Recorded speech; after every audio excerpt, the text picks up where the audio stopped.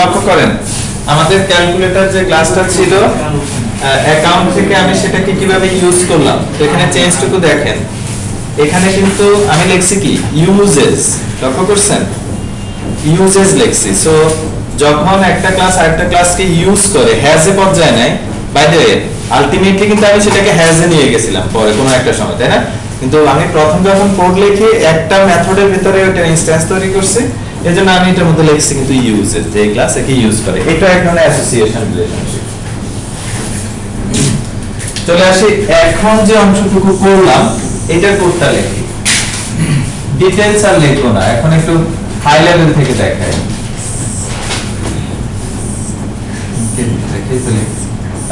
আমার ছিল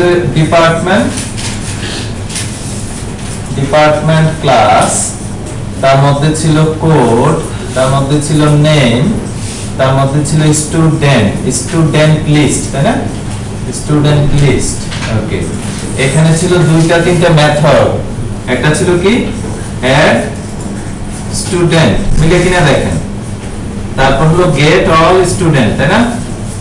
all students. তারপর হলো নাম্বার অফ স্টুডেন্টস আরেকটা ছিল। আর এখানে ছিল একটা ক্লাস যেটা ছিল স্টুডেন্ট ক্লাস। স্টুডেন্ট ক্লাসের মধ্যে তাও এখানে ছিল নেম, এখানে ছিল রেজিস্ট্রেশন নাম্বার, আর ডাটা ছিল। So that's enough. এখন আসেন এই দুজনের মধ্যে রিলেশনশিপও কিন্তু কি হ্যাজ না, বাট এখানে আমি দেখছি লিখছি কি, লক্ষ্য করেন কি লিখছি one to many, অর্থাৎ স্টুডেন্ট সাইডে কিন্তু আমি one আর ওই সাইডে স্টার দিয়ে বোঝাচ্ছি many। এই দুজনের কিন্তু রিলেশনশিপ অ্যাসোসিয়েশন, বাট তাদের মধ্যে অ্যাসোসিয়েশনের কার্ডিনালিটি হলো one to many।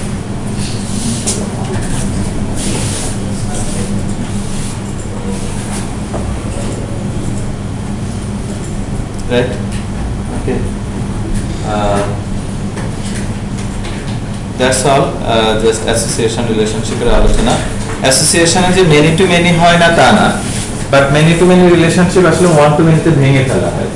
আর অত কঠিন করে চিন্তা করার দরকার নেই, অনেক কিছু আপনারা দেখবেন ফ্রেমওয়ার্ক নিজেই সলভ করে ফেলেন।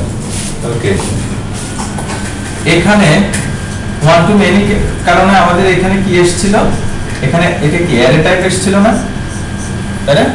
তো অ্যারে টাইপ এসেছে যেহেতু ওয়ান টু মেনি রিলেশনশিপ। তো একটা ক্লাসের ভিতরে যদি আরেকটা ক্লাসে মেনি ইনস্ট্যান্স থাকার সম্ভাবনা থাকে, সেক্ষেত্রে রেফারেন্সকে কিন্তু ওই ফিল্ডকে আমাদের অ্যারে হিসেবে ডিক্লেয়ার করতে হবে, তাই না? অ্যারে দিয়ে দিতে হবে, নাহলে কিন্তু আমরা কাজ করতে পারবো না। By the way, why class diagram, why এরকম আঁকি কেন? আঁকলাম কেন?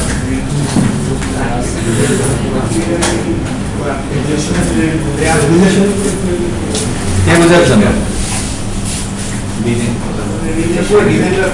আচ্ছা, এই যে আমি আপনাদেরকে বোঝাতে চাইছি না যে ফর কমিউনিকেশন পারপাস, অর্থাৎ দুইজন প্রোগ্রামার অথবা টিমে, রাইট, অথবা অন্য কারোর সাথে আমি ডিজাইনটা কিভাবে চিন্তা করছি সেটা এক্সপ্রেস করার জন্য। বুঝতে পারছেন কি? কারণ কমপ্লিকেটেড এরিয়াগুলোতে কিন্তু আমার যখন 5-10টা ক্লাস চলে আসবে, তখন আমার তো একটা মেন্টাল প্ল্যানিং দরকার হবে, রিয়েলি আমি কিভাবে চিন্তা করছি, রাইট?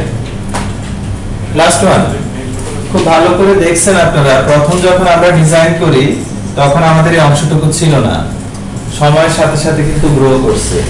তার মানে হলো এটা দ্বারা খুব একদম ক্লিয়ার ইন্ডিকেশন আপনাদেরকে দেখাচ্ছি, আপনারা একটা প্রজেক্ট পেলেন আর ক্লাস ডায়াগ্রাম এঁকে ফেললেন, অথবা যা ডায়াগ্রাম আঁকা দরকার, আর অন্য ওটাকে বিশ্বাস করা শুরু করলেন যে এইটা পাথরে খোদাই হয়ে গেছে, এটা চেঞ্জ করা যাবে না। প্লিজ বি কেয়ারফুল, প্রতিনিয়তই সবকিছু চেঞ্জ হবে, কারণ ইটস এ সফটওয়্যার ইঞ্জিনিয়ারিং আর crafting, any time any change. তাহলে প্ল্যান করবেন কেন? কারণ প্ল্যান না করলে সামনের দিকে আগাতে পারবেন না, কিছু একটা প্ল্যান করে সামনের দিকে আগানো। ওকে।